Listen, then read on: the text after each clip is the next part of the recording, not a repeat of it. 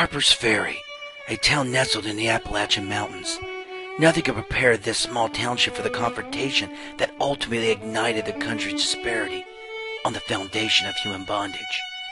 It began with one man's vision to eradicate the inhumane institution of slavery and ended as a battle cry for justice. Martyr or murderer, family man or militia maniac, who was John Brown? John Brown was born May 9, 1800, in Connecticut to an extremely religious family. John, at the age of 16, would move to Massachusetts with aspirations of becoming a minister. Due to his sickness and lack of money, Brown had to leave school.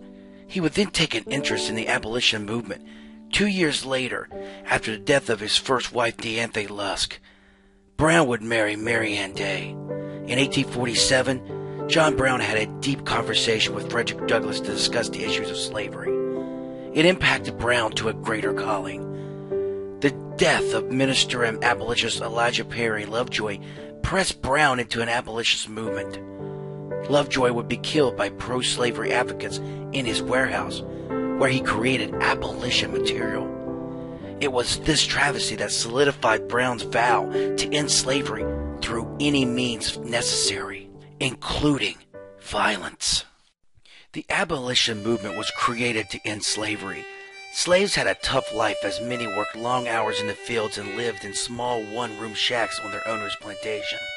Brown became an intricate part of the Underground Railroad, aiding slaves to the North at the Fugitive Slave Act. Brown believed that words were not as effective as a sword. In 1856, he and his sons killed a group of pro-slavery advocates in Potawatomi, Kansas. The phrase "Bleeding Kansas" was coined over the violence between pro- and anti-slavery groups. With the help of funds from abolitionists, John would move to Maryland and use the alias of Isaac Smith while recruiting individuals to aid him in his mission, his own personal holy war against slavery. On October 16, 1859, Brown would lead 18 men in an attack of Harper's Ferry Armory. Among the men were 3 of Brown's sons, Oliver, Watson, and Owen. Brown's plan was to take thousands of muskets and rifles to give the local slaves in order to create revolts against the local plantation owners. His vision was to stop slavery in Virginia one county at a time. The raid went well. They would cut the telegraph wires of the town and would take hostages from local farms. Among them was Colonel Lewis Washington, the great-grandnephew of George Washington, our nation's first president. They captured the armory, but Brown's blueprint does not continue according to plan. Brown thought the locals would help seize the building. However, they would pin Brown's group in the armory with a barrage of gunfire from farmers and militia.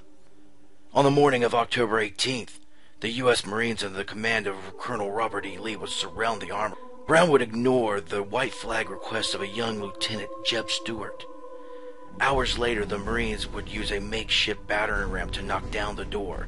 As the door smashed down, the Marines scurried into the armory.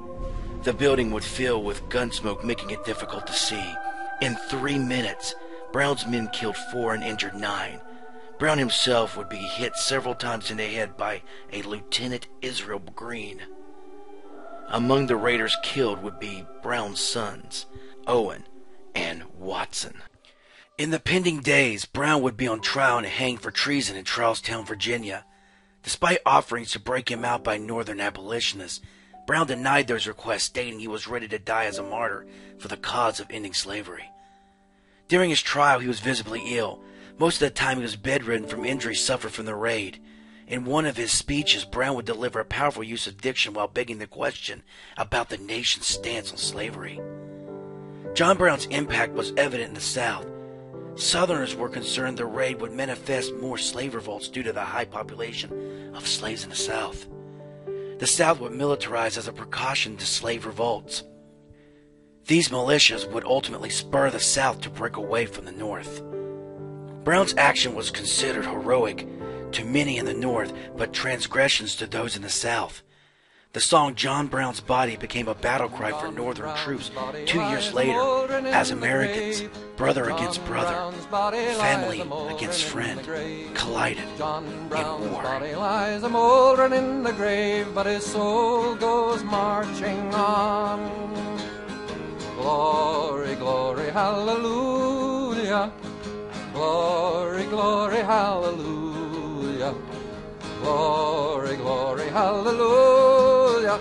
But his soul goes